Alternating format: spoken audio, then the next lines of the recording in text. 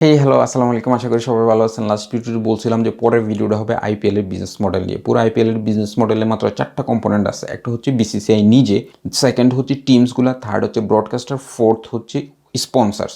তো বিসিসিআই কি করে? পুরো আইপিএল খেলাটা অর্গানাইজ করে। তারপরে তারা কি করে? তাদের এই খেলাটার জন্য ফাইন্যান্স দরকার। ফাইন্যান্সের জন্য তারা স্পন্সর খোঁজে। স্পন্সর আবার দুই ধরনের হয়, একটা হচ্ছে টাইটেল স্পন্সর আর একটা official sponsor. Title sponsor sponsor কোনটা?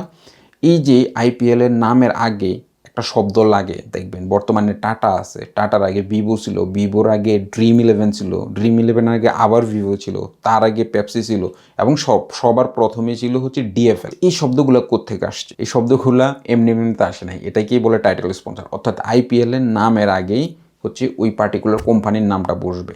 এটাই হচ্ছে টাইটেল স্পন্সরের কনসেপ্ট। আশা করি বুঝতে পারছেন।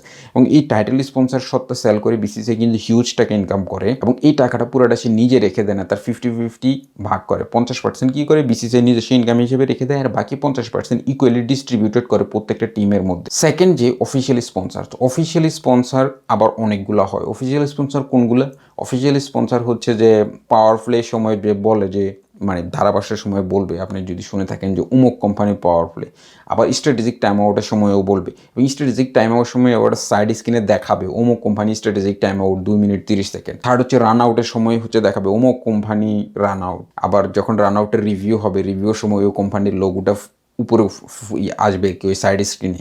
এই যে এগুলো কিন্তু এমনি এমনি আসে না, এগুলো সবই হচ্ছে অফিসিয়াল স্পন্সরের আন্ডারে। তাছাড়াও আরও অনেকগুলো আছে, যেমন হচ্ছে best catch, man of the match, best performance of the today, এরকম অনেকগুলা। এগুলো হচ্ছে সব অফিসিয়াল স্পন্সর। অফিসিয়াল স্পন্সরের যেই ইনকামটা হয়, ওই ইনকামের টাকাটা হচ্ছে বিসিসিআই কারোর সাথে শেয়ার করে না, সে পুরো টাকাটা নিজের মধ্যে রেখে দেয়। থার্ড হচ্ছে ব্রডকাস্টার। ব্রডকাস্টার কোনগুলা? যারা এই খেলাটা টিভিতে সম্প্রচার করে। প্রথম 10 বছর আইপিএল খেলা দেখাইছে হচ্ছে সেটম্যাক্স। পরবর্তীতে যখন আবার নিলাম হয়, ওই নিলামে সেটম্যাক্স হচ্ছে যে আর নিলামের সত্তাটা কিনতে পারেনি, এটা কিনে নিচ্ছে হচ্ছে স্টার স্পোর্টস। এই জন্য বর্তমানে আমরা স্টার স্পোর্টস হচ্ছে আইপিএল খেলা দেখতে পাই। প্রথম 10 বছর সেটম্যাক্স এই খেলা দেখার জন্য না, খেলা দেখানোর জন্য বিসিসিআইকে দেয় হচ্ছে 820 কোটি রুপিস প্রথম 10 বছরের জন্য। পরবর্তী 5 বছরের জন্য স্টার স্পোর্টস এই সত্তাটা কিনে নেয় প্রায় দ্বিগুণ দামি, মানে একদম দ্বিগুণ, 16,040 কোটি টাকা দিয়ে। তো বুঝতেই পারতেছেন যে এখানে মানে বিজনেসটা কত বড়। এই যে বিজনেসটা হয়, 16,040 কোটি টাকা ইনকাম করলে বিসিসিআই এই পুরো টাকাটা কিন্তু সে নিজে রেখে দেবে না, সে কি করবে? এটা 50-50 ইকুয়ালি ডিস্ট্রিবিউটেড করবে। 50% বিসিসিআই নিজস্ব ইনকাম হিসেবে রেখে দিবে, আর বাকি যে 50% টাকা, এগুলো হচ্ছে প্রত্যেকটা দলের মধ্যে ইকুয়ালি ডিস্ট্রিবিউটেড করে দিবে। তো আশা করি আপনি বুঝতে পারছেন যে বিসিসিআই এর ইনকাম কীভাবে হয় আইপিএল থেকে। বিসিসিআই তার ইনকামের 50% কোন জায়গা থেকে নিজের জন্য রেখে দেয়, আর কোন জায়গা থেকে অন্য টিমগুলোর সাথে শেয়ার করে। চলেন এখন হচ্ছে টিমগুলোর পার্সপেক্টিভ থেকে জিনিসটা একটু বোঝার চেষ্টা করি। ওকে, প্রত্যেকটা আইপিএল টিম হচ্ছে গঠন করার জন্য প্রত্যেক বছর 200 থেকে 300 কোটি টাকা খরচ করে। আবার আইপিএলের টাইটেল জিতলে মাত্র 20 কোটি টাকা পায়, তাহলে ওরা এত টাকা কেন খরচ করে? তো এখান থেকে ওদের একটা পার্শিয়াল ইনকাম আসে কোথা থেকে? টাইটেল স্পন্সর থেকে ওরা কিছু টাকা পায়, আবার ব্রডকাস্টার থেকে যে বিসিসিআই 50% টাকা শেয়ার করে ওদের সাথে, ওখান থেকে কিছু টাকা পায়। কিন্তু এই টাকার অ্যামাউন্টটা যতই হোক, এটা কোনোভাবেই 200 থেকে 300 কোটি টাকা হয় না।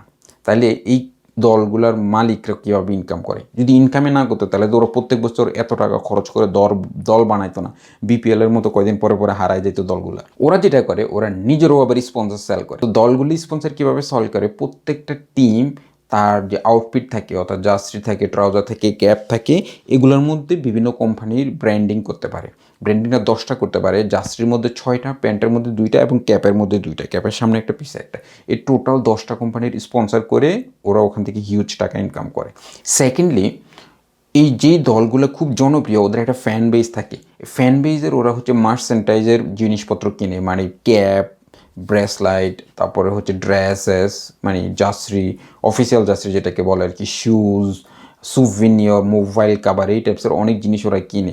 এই যে জিনিসগুলো কিনে, এগুলো থেকে হচ্ছে মার্চেন্টাইজ কোম্পানি হিউজ টাকা ইনকাম করে, এবং এই মার্চেন্টাইজ কোম্পানিটা আলটিমেটলি দলের মালিকরাই হয়ে থাকে আর কি। থার্ড সবচেয়ে বড় যে ইনকামটা মালিক পক্ষের, সেটা হচ্ছে, আপনারা জানেন যে আইপিএল খেলা হোম অ্যান্ড অ্যাওয়ে ভিত্তিতে হয়ে থাকে। তো হোম অ্যান্ড অ্যাওয়ে ভিত্তিতে যখন খেলা হয়, হোম স্টেডিয়ামে যখন খেলা হয়, মানে কলকাতার যখন খেলা কলকাতাতে হয়, ইডেন গার্ডেনে হয়, ইডেন গার্ডেনে টোটাল টিকিট সেলিং থেকে যত টাকা ইনকাম হয় তার 80% হচ্ছে কলকাতা নাইট রাইডার্স পায়, আর বাকি 20% যে টাকাটা সেটা হচ্ছে কলকাতার যেই ক্রিকেট একাডেমির উন্নয়নের জন্য ব্যয় করা হয়। তাছাড়া আর একটা ছোটো পার্শিয়াল ইনকাম আছে, এটা অ্যামাউন্টটা বড় না, সেটা হচ্ছে মানুষজন যখন খেলা দেখতে যায় তারা তো শুধু খেলাই দেখে না, তারা ওখানে বিভিন্ন জিনিস ড্রিঙ্কস মিঙ্কস কিনে স্টেডিয়ামের ভিতরে, এই যে বিভিন্ন জিনিসপত্র কিনে খায়, সেখান থেকে একটা পার্সেন্টেজ হচ্ছে টিম ওনাররা পেয়ে থাকে। অ্যান্ড ফাইনালি যদি আইপিএলের পার্টিকুলার টিম ওরা হচ্ছে আইপিএল যে উইনার হয় তাহলে ওখান থেকে তো 20 কোটি টাকা পাচ্ছে। এই ছিল টোটাল টিমগুলোর ইনকাম। তো এই যে 20 কোটি টাকা পায় ওখানে কিন্তু আগে থেকেই ডিক্লেয়ার করা আছে যেই দল চ্যাম্পিয়ন হবে ওরা পুরো 20 কোটি টাকা নিজে নিয়ে নেবে না, এটা 50% হচ্ছে ওনার নেবে, আর বাকি 50% টাকা হচ্ছে সকল টিম মেম্বারদের মধ্যে ইকুয়ালি ডিস্ট্রিবিউটেড করে দেওয়া হবে, মানে প্রত্যেক টিম মেম্বার সমান পরিমাণ টাকা পাবে। এই কারণেই বুঝছেন প্রত্যেকটা প্লেয়ার আইপিএল খেলার জন্য এত বেশি আগ্রহী হয়ে থাকে। একটা টিমে বোধ হয় 15-16 জন প্লেয়ার থাকে, ওদের মধ্যে যদি আপনি 10 কোটি টাকা ভাগ করে দেন এটা অলমোস্ট হচ্ছে যে প্রায় 70-80 লাখ টাকার মতো হয়। এই ছিল হচ্ছে টিমগুলোর কীভাবে ইনকাম করে। থার্ড, আইপিএলের হচ্ছে সবচেয়ে গুরুত্বপূর্ণ আর একটা কম্পোনেন্ট যেটা থার্ড, ব্রডকাস্টার। ব্রডকাস্টাররা আসলে কীভাবে ইনকাম করে, ওরা যে এত কোটি টাকা দিয়ে প্রায় 16,200 কোটি টাকা দিয়ে হচ্ছে এবার আইপিএল ব্রডকাস্টিং সত্তারা নিচে স্টার স্পোর্টস, ওদের আসলে প্রফিটটা কি? ওদের প্রফিটটা হচ্ছে অ্যাডভার্টাইজ। খেলা চলাকালীন সময়ে যত অ্যাড দেখানো হয় এগুলো হচ্ছে ওরা সেল করে, এবং ওখানেও আবার অনেকগুলো ভাগ আছে। যখন পাওয়ার প্লে চলবে পাওয়ার প্লের অ্যাডের সময় এরকম প্রাইস, আবার যখন হচ্ছে স্ট্র্যাটেজিক টাইম আউট চলবে স্ট্র্যাটেজিক টাইম আউটের সময় অ্যাডের এরকম প্রাইস, এই অনুযায়ী ওরা সেল করে।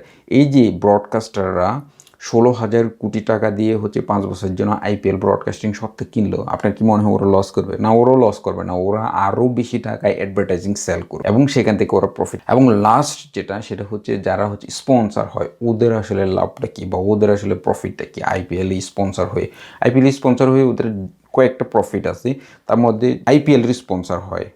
এখানে আবার স্পন্সর দুই ধরনের, একটা হচ্ছে টিমের স্পন্সর আর একটা হচ্ছে আইপিএল এর নিজস্ব স্পন্সর, অফিসিয়াল স্পন্সর যেটা। যখন আইপিএল এর অফিসিয়াল স্পন্সর হয়, আইপিএল এর যেমন ম্যান অফ দ্য ম্যাচ হচ্ছে যে ভারতের কোনো একটা ঠিক আছে কোম্পানি, টাটা কোম্পানির এক্সাম্পলে দিই, টাটা হচ্ছে tata presents man of the match, ঠিক আছে। এই যে যখন ম্যান অফ দ্য ম্যাচটা ডিক্লেয়ার করা হবে তখন আইপিএলে খেলা দেখবে মনে করেন যে 100 মিলিয়ন মানুষ ওই কোম্পানিটার নাম সম্পর্কে জানবে অথবা ওই পার্টিকুলার প্রোডাক্টটার সম্পর্কে জানবে।